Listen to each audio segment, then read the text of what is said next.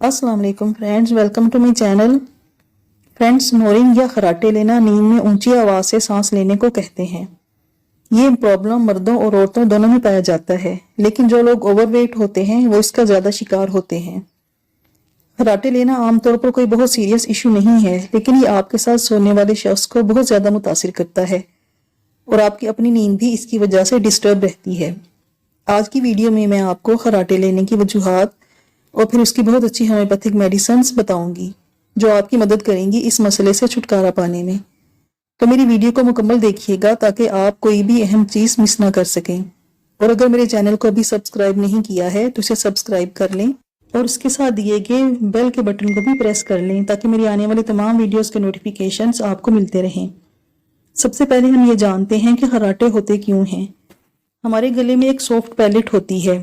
जब हम सोते हैं तो वो सॉफ्ट पैलेट रिलैक्स हो जाती है और हमारी सांस की नाली यानी रेस्पिरेटरी ट्रैक्ट में रुकावट पैदा करती है और सांस लेते और खारिज करते वक्त हवा बहुत तेज आवाज पैदा करती है। अब इसकी वजूहात को देखते हैं कि ये क्यों होता है। खराटे आने की एक वजह यह हो सकती है कि आपकी सोने की पोजीशन ऐसी हो जिसकी वजह से आपके गले की सॉफ्ट पैलेट आपकी ट्रैकिया यानी सांस की नाली में रुकावट पैदा कर रही है। अगर बहुत ऊंचा तकिया लेकर सोते हैं तो इससे भी आपकी सांस की नाली में रुकावट होने से खराटे आ सकते हैं। अगर आपका वजन नॉर्मल से बहुत ज्यादा है तो आपका सॉफ्ट पैलेट भी मोटा होगा जो सांस लेने में ज्यादा रुकावट पैदा करेगा।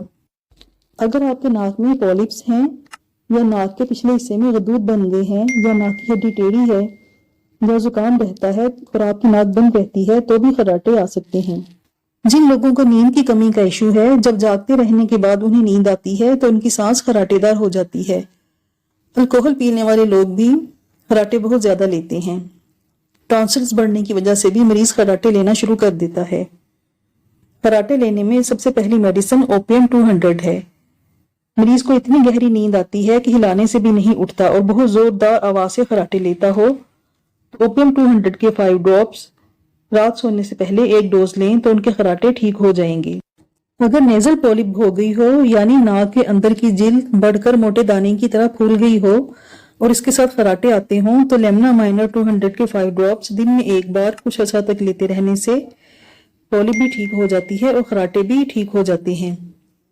अगली मेडिसिन चाइना 200 है। ये बच्चों के खराटे लेने में बहुत अच्छा रिजल्ट देती है। अगर बच्चे नींद में खराटे लेते हों तो चाइना 200 रात सोते वक्त देने से उनकी कमजोरी भी ठीक होती है और खराटे भी ठीक हो जाते हैं।